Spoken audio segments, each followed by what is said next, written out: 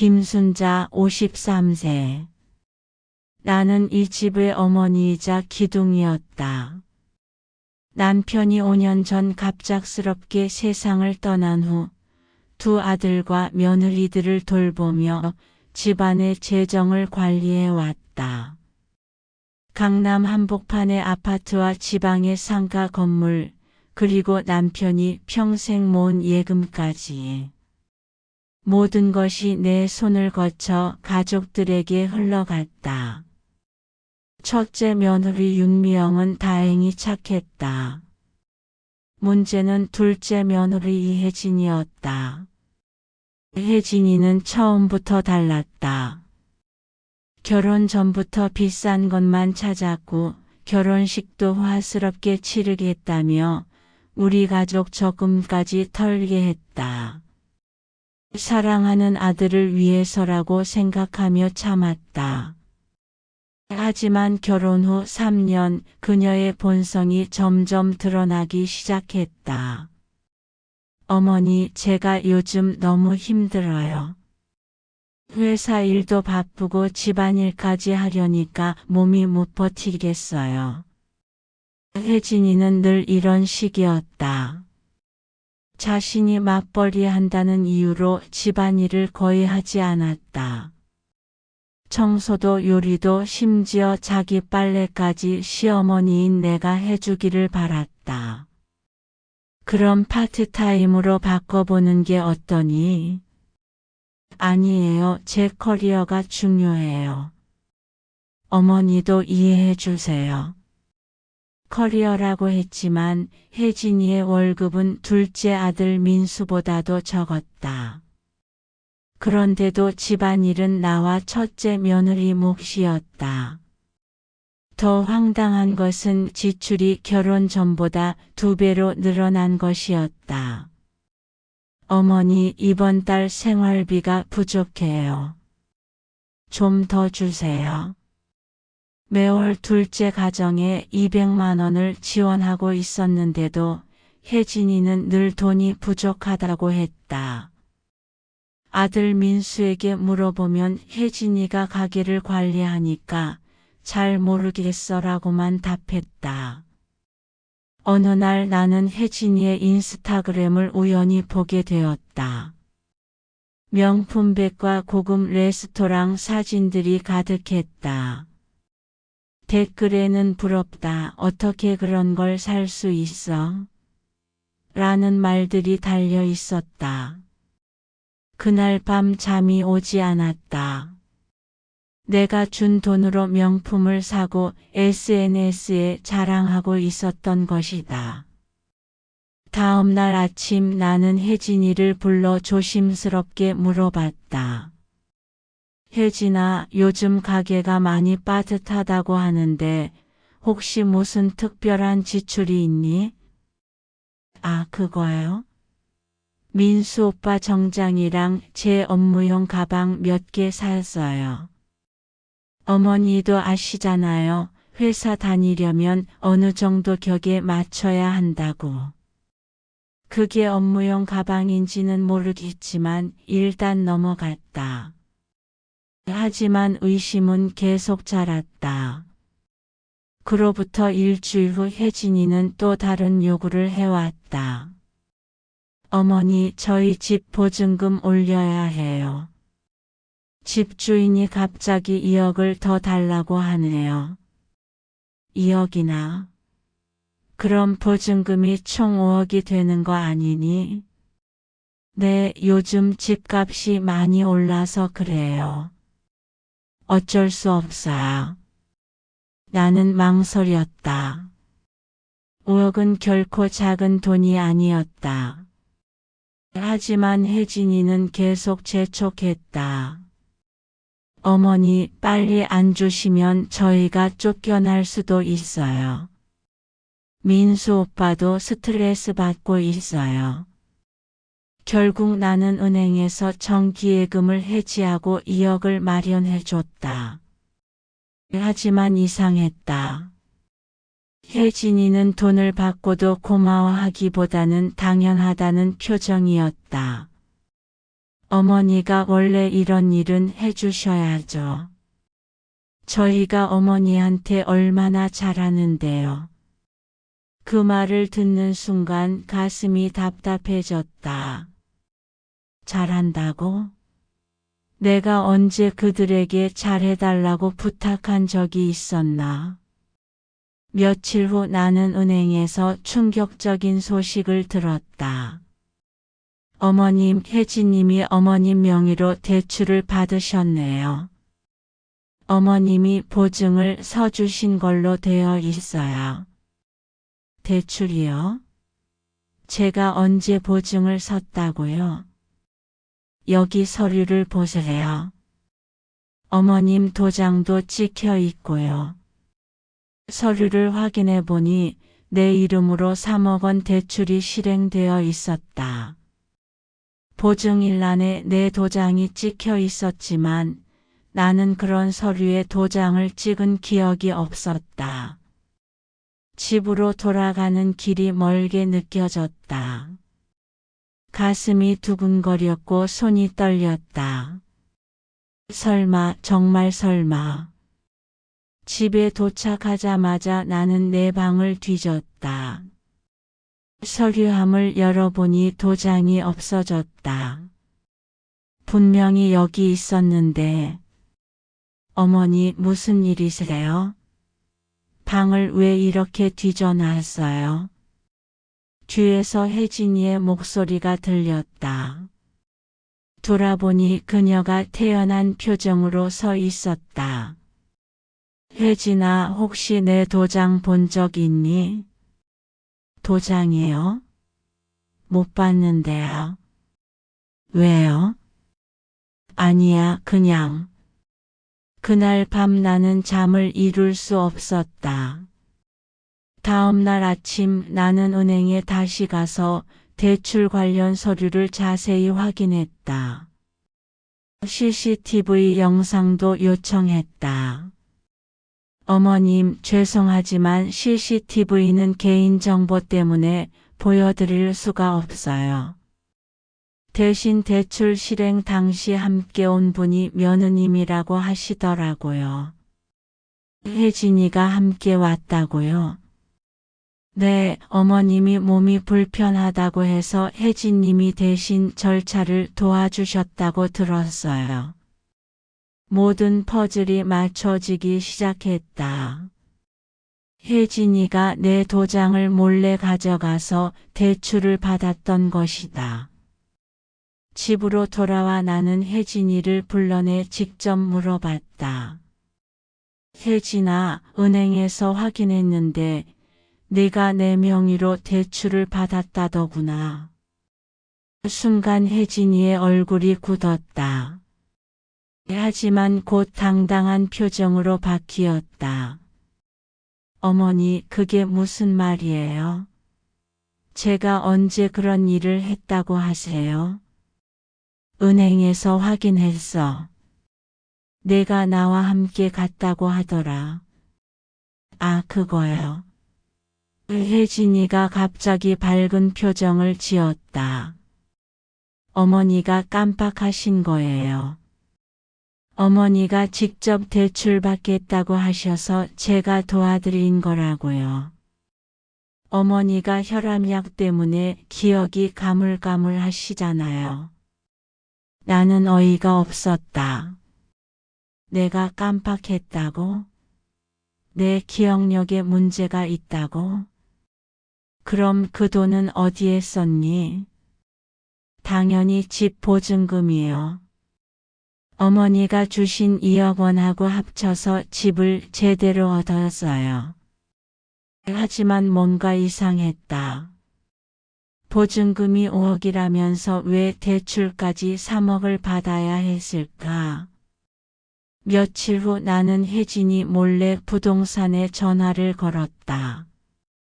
혹시 이혜진, 김민수 부부가 전세로 얻은 집 보증금이 얼마인지 알 수 있을까요? 아, 네. 3억 5천만 원입니다. 3억 5천만 원? 그럼 나한테서 받은 2억과 대출받은 3억, 총 5억은 어디에 썼다는 말인가?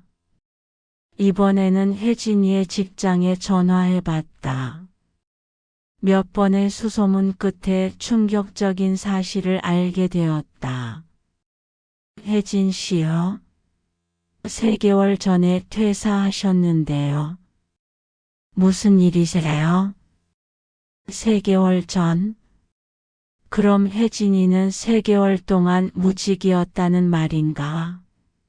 그런데 매일 출근한다고 나갔는데 그날 저녁 나는 온몸이 떨렸다. 혜진이가 얼마나 큰 거짓말을 해왔는지 깨달았다. 무직 상태에서 매일 출근하는 척하며 내 돈으로 명품을 사고 내 명의로 몰래 대출까지 받았던 것이다. 혜진이가 집에 들어오자 나는 조용히 말했다. 혜진아, 우리 이야기 좀 하자. 네, 어머니. 무슨 일이세요? 내가 3개월 전에 회사를 그만뒀다더구나. 순간 혜진이의 얼굴이 하얗게 질렸다. 하지만 여전히 태연한 척했다. 누가 그런 말을 했어요? 제가 언제 회사를 그만뒀다고 해요? 직접 회사에 전화해서 확인해서. 이제 혜진이도 더 이상 거짓말할 수 없었다. 하지만 그녀가 한 말은 더욱 충격적이었다. 어머니가 저를 이렇게 만든 거예요. 뭐라고? 어머니가 저한테 너무 많은 것을 요구하셔서 스트레스를 받아서 회사를 그만둘 수밖에 없었어요. 그리고 어머니가 저희한테 제대로 지원해 주지 않으니까 어쩔 수 없이 대출을 받을 수밖에 없었던 거고요. 이 집 재산 관리 어머니가 잘못해서 문제가 생긴 거예요. 혜진이의 입에서 나온 이 말이 모든 것을 뒤바꿨다. 자신의 잘못을 모두 내 탓으로 돌리는 것이었다. 내가 뭘 잘못했다는 거니? 어머니가 가게를 제대로 관리하지 못해서 저희가 이런 어려움을 겪는 거잖아요.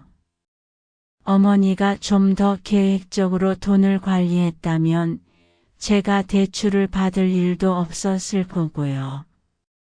나는 황당했다.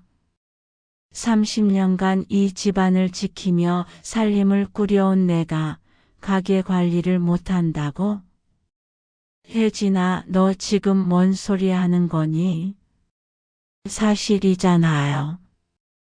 어머니는 옛날 방식으로만 생각하시고 요즘 물가나 실정은 모르시면서 저희한테 부족하게 주시니까 이런 일이 생기는 거예요. 부족하게. 내가 너희한테 매달 200만 원씩 주고 보증금 2억도 줬는데 그게 요즘 시대에 충분한 금액이에요.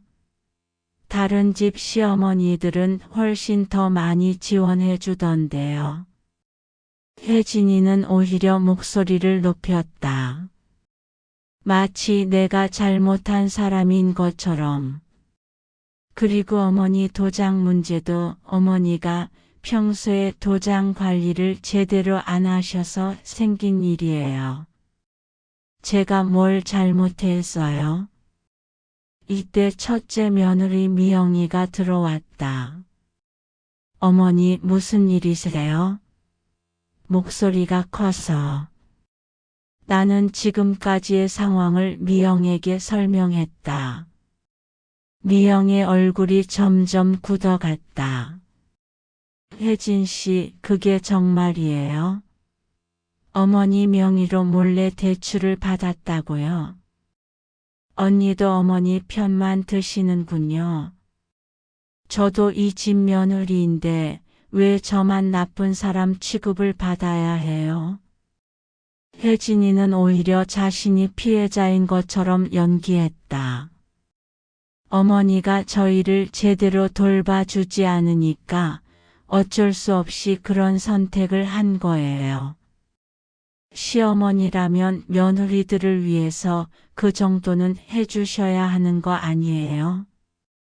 그날 밤 둘째 아들 민수가 집에 들어왔다. 혜진이가 이미 이야기를 했는지 민수의 표정이 어두웠다. 엄마, 혜진이가 울면서 들어왔는데 엄마가 혜진이를 너무 몰아붙였다고 하네요. 민수야, 내 마누라가 뭘 했는지 알고 있니? 나는 민수에게 모든 상황을 설명했다. 하지만 민수의 반응은 예상과 달랐다. 엄마, 혜진이가 그럴 리가 없어요. 분명히 오해가 있을 거예요. 은행에서 확인한 건데 뭔 오해야? 혜진이 말로는 엄마가 대출 받자고 하셨다는데. 나는 한숨이 나왔다. 혜진이가 아들까지 세뇌시켜 놨구나. 민수야, 내 마누라가 3개월째 무직인 것도 알고 있니? 네? 그게 무슨 말이에요? 혜진이는 매일 출근하는데 민수도 아무것도 모르고 있었다. 아니, 알려고 하지 않았다. 다음 날 아침 상황은 더욱 악화되었다. 혜진이가 자신의 친정 부모님까지 데려온 것이다. 어머님, 저희 딸이 무슨 잘못을 했다고 이렇게 구박을 받아야 하는 건가요? 혜진이의 어머니가 나를 비난하기 시작했다.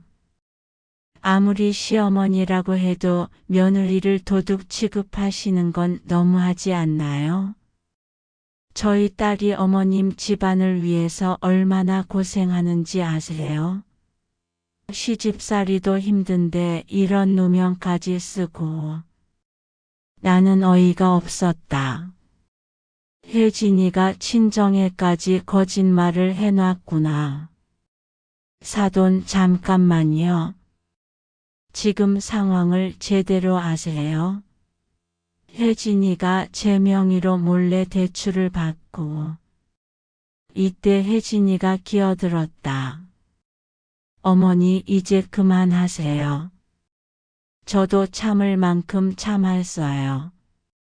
어머니가 저를 이렇게 몰아붙이시는 이유가 뭔지 알겠어요. 제가 어머니 마음에 안 드니까 그러시는 거죠. 뭐라고? 어머니는 처음부터 저를 좋아하지 않으셨잖아요. 언니한테는 잘해주시면서 저한테만 차별 대우를 하시고. 혜진이는 이제 완전히 피해자 코스프레를 하기 시작했다. 며칠이 지나도 상황은 해결되지 않았다. 오히려 혜진이는 더욱 당당해졌고 집안 분위기는 최악이었다. 어느 날 아침 나는 중요한 결정을 내렸다. 혜진이의 거짓말을 완벽하게 증명해 보이겠다고. 먼저 은행에 가서 정식으로 사기 고발장을 작성했다. CCTV 영상과 필적 감정 그리고 대출 당시의 모든 증거를 요구했다. 며칠 후 경찰서에서 연락이 왔다. 어머님, 조사 결과가 나왔습니다. 도장이 위조된 것으로 확인됩니다. 그리고 CCTV에서 혜진 씨가 대출을 받는 모습이 명확히 찍혀 있어요. 나는 모든 증거를 가지고 집으로 돌아왔다. 혜진아, 나와라. 거실에 온 가족이 모였다. 나는 조용히 서류들을 테이블에 펼쳤다. 이제 내가 뭘 했는지 모든 게 밝혀졌어. 경찰 조사 결과와 은행의 공식 답변서, 그리고 CCTV 캡처 사진까지. 혜진이의 얼굴이 하얗게 질렸다. 그리고 내가 해고당한 이유도 알아냈어. 회사 돈을 횡령했다며? 이번에는 민수가 충격을 받았다. 혜진아, 이게 정말이야? 혜진이는 더 이상 변명할 수 없었다. 하지만 그녀의 마지막 말은 정말 가관이었다. 그래도 이 모든 게 어머니 때문이에요. 어머니가 저희를 제대로 도와주셨다면 이런 일은 없었을 거예요. 책임을 끝까지 나한테 전가하겠다는 거구나. 나는 더 이상 참을 수 없었다. 지금까지의 모든 참음이 폭발했다.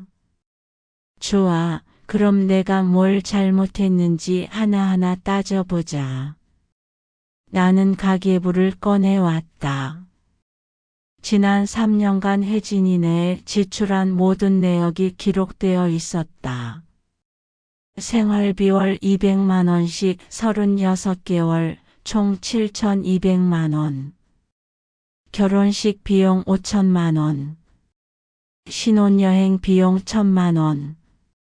자동차 구입비 3천만 원. 집 보증금 2억 원. 그 외 각종 명절비, 생일 선물, 병원비까지 합치면 총 4억 5천만 원을 너희한테 줬어. 민수도 놀란 표정이었다. 자신도 그 금액의 크기를 몰랐던 것 같았다. 그런데 이게 부족해서 내 명의로 몰래 대출까지 받았다고? 그리고 그것도 내 잘못이라고? 혜진이는 여전히 고개를 들지 못했다. 혜진아, 나한테 한 가지만 대답해. 내가 나한테서 받은 돈으로 뭘 샀는지 정확히 말해봐. 그건 명품 가방들, 고급 화장품들, 해외여행들. 모두 내가 준 돈으로 산 거지. 침묵. 그리고 대출받은 3억은 어디에 썼어? 보증금은 3억 5천만 원밖에 안 되는데. 그건 제 개인 사업에. 사업? 무슨 사업?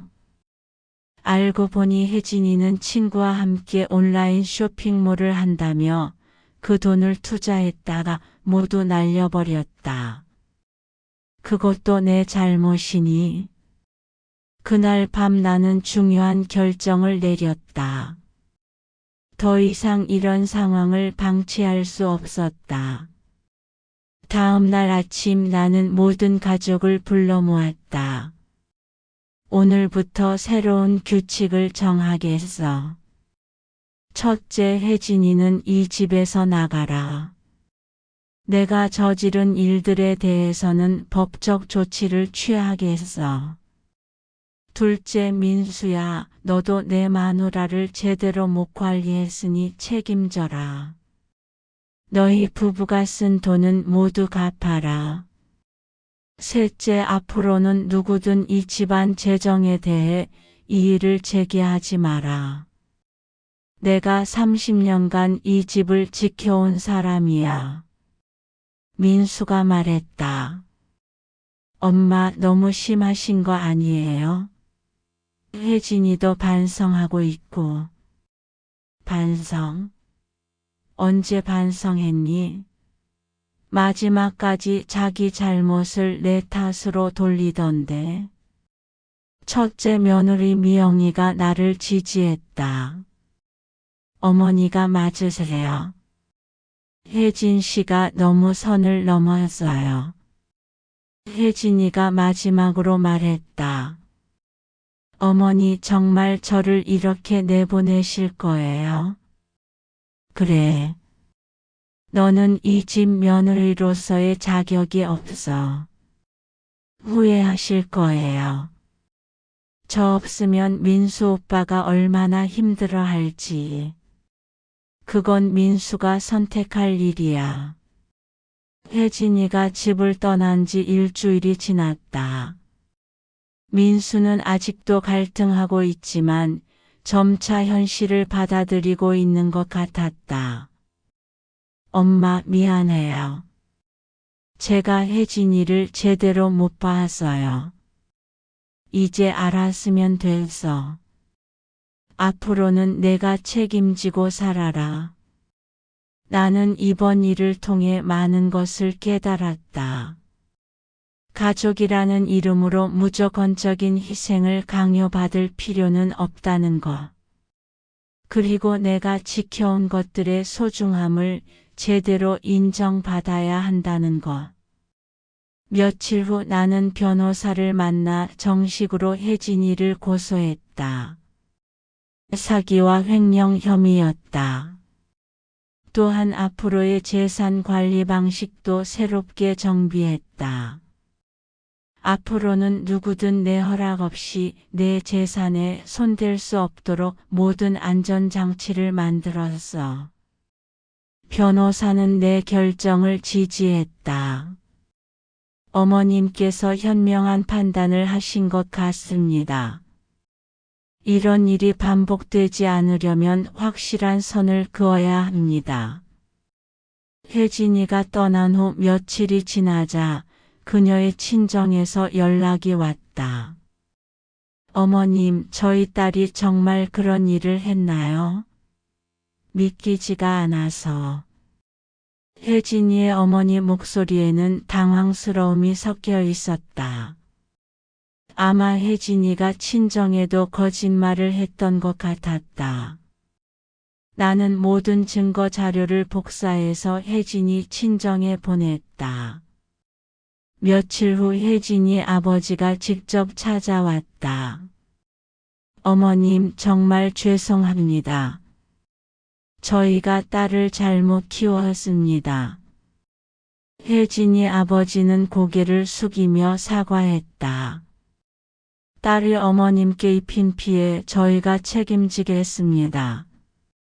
대출금부터 천천히 갚아 나가겠습니다. 하지만 나는 단호했다. 사돈 고마우시지만 이건 혜진이가 직접 해결해야 할 문제예요. 부모가 대신 해결해주면 혜진이는 영원히 변하지 않을 거예요. 한 달이 지나자 집안 분위기가 많이 달라졌다. 혜진이라는 갈등의 씨앗이 사라지니 모든 것이 평온해졌다. 민수는 처음에는 힘들어했지만 점차 현실을 받아들였다. 그리고 자신이 얼마나 무책임했는지도 깨달았다. 엄마, 저 이제 독립할게요. 혜진이 없이 혼자 살면서 제대로 된 사람이 되어 보겠어요. 그래, 그게 좋겠다. 하지만 힘들면 언제든 연락해. 첫째 며느리 미영이는 이번 일을 계기로 나와 더 가까워졌다. 어머니, 제가 혜진 씨처럼 되지 않도록 항상 조심하겠어요. 어머니가 얼마나 힘드셨을지. 미영아, 너는 처음부터 다른 아이였어. 걱정하지 마. 2달 후 법원에서 연락이 왔다. 혜진이의 사기 및 횡령 사건이 정식으로 기소되었다는 내용이었다. 재판 당일 나는 법정에 섰다. 혜진이는 변호사와 함께 앉아 있었지만 예전의 당당함은 온데간데 없었다. 검사가 물었다. 피고인은 시어머니 명의로 무단 대출을 받으면서도 이를 시어머니의 책임으로 전가했다고 하는데 이에 대해 어떻게 생각하십니까? 혜진이는 한참 동안 말이 없었다. 그러다가 조용히 말했다. 죄송합니다. 하지만 너무 늦었다. 판사는 혜진이에게 징역 1년 6개월에 집행유예 3년, 그리고 손해배상 3억 원을 선고했다. 법정을 나서면서 혜진이가 나에게 다가왔다. 어머니 정말 죄송해요. 제가 정말 잘못했어요. 이제 알았으면 다행이야. 앞으로는 정직하게 살아. 6개월이 지난 지금 나는 진짜 평화를 찾았다. 더 이상 누군가의 거짓말에 속거나 내 선량함을 악용당하지 않는다. 민수는 정말로 독립해서 열심히 살고 있다. 가끔 안부 전화를 하는데 목소리가 많이 달라졌다. 엄마 혜진이랑 이혼 절차를 밟고 있어요. 이제 정말 새 출발할게요. 그래, 잘 생각했어. 첫째 부부는 여전히 나와 함께 살면서 집안을 잘 돌봐주고 있다. 미영이는 임신 소식도 알려왔다. 어머니, 앞으로 태어날 아이에게는 정말 좋은 할머니가 되어주세요. 그럼 당연히 그래야지. 어느 조용한 저녁 나는 베란다에 앉아 차를 마시며 생각에 잠겼다. 30년간 이 집안을 지키며 살아왔다. 때로는 희생하고 때로는 참으며 가족이라는 이름으로 모든 것을 감내해왔다. 하지만 혜진이 사건을 통해 깨달았다. 무조건적인 희생은 미덕이 아니라는 것을. 가족이라는 이름으로 누군가를 이용하고 착취하는 것은 용서받을 수 없다는 것을. 나는 앞으로 더 이상 누구의 희생양이 되지 않을 것이다. 내가 평생 일궈온 것들을 제대로 지킬 것이다. 그리고 진짜 가족의 의미를 아는 사람들과만 함께 살아갈 것이다. 혜진이가 마지막에 했던 말이 떠올랐다. 이 집 재산 관리 어머니가 잘못해서 문제가 생긴 거예요. 아니다. 문제는 내가 너무 관대했던 것이었다. 경계를 제대로 그어주지 않았던 것이었다. 누군가의 탐욕을 제때 막지 못했던 것이었다. 이제는 다르다. 나 김순자는 53세에 새로운 인생을 시작한다. 더 이상 속지 않고 이용당하지 않고 내가 소중하게 여기는 것들을 끝까지 지켜낼 것이다. 그것이 진정한 가족을 위한 길이고 나 자신을 위한 길이다. 창밖으로 석양이 지고 있었다. 하지만 내 마음속에는 새로운 희망의 빛이 떠오르고 있었다. 나는 일어나서 집 안으로 들어갔다. 새로운 하루를 준비하기 위해.